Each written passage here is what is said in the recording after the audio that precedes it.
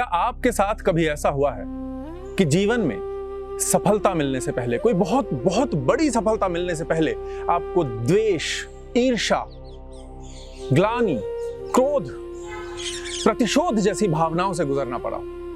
यदि आपके साथ ऐसा हुआ है, यदि आपका जवाब हां है, तो यह कथा आपके लिए है।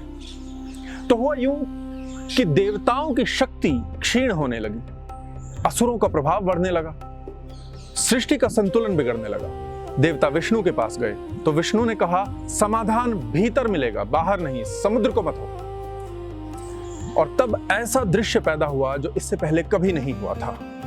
देवता और असुर एक साथ आए, वासुकी नाग को रस्सी बनाया गया, मंदराचल पर्वत को मथनी किया गया और क्षीर सागर का मंथन आरंभ हुआ।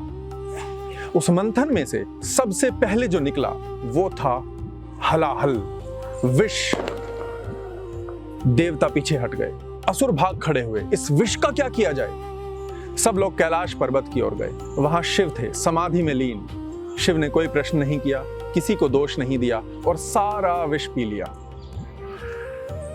इस विष को शरीर में फैलने नहीं दिया शिव ने, बल्कि अपने कंठ में रोक लिया। इस विष की ज्वाला से शिव का कंठ नीला हो गया, शिव नीलकंठ कहलाए।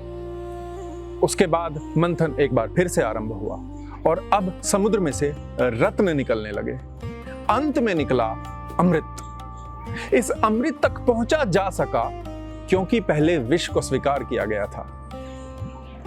ये कथा केवल देवताओं की कथा नहीं है, ये कथा जीवन की कथा है, ये कथा अंतर्मन की कथा है।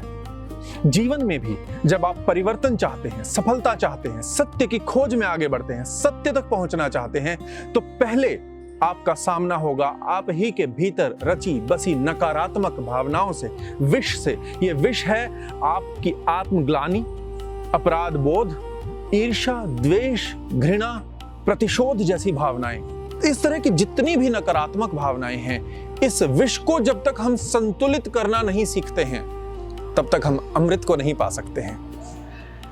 इस विष को संतुलित करने के बाद ही हम सच्चे अमृत तक पहुंचेंगे, क्योंकि अमृत और विष दोनों हमारे भीतर हैं, क्योंकि ये कथा अंतर्मन के मंथन की कथा है।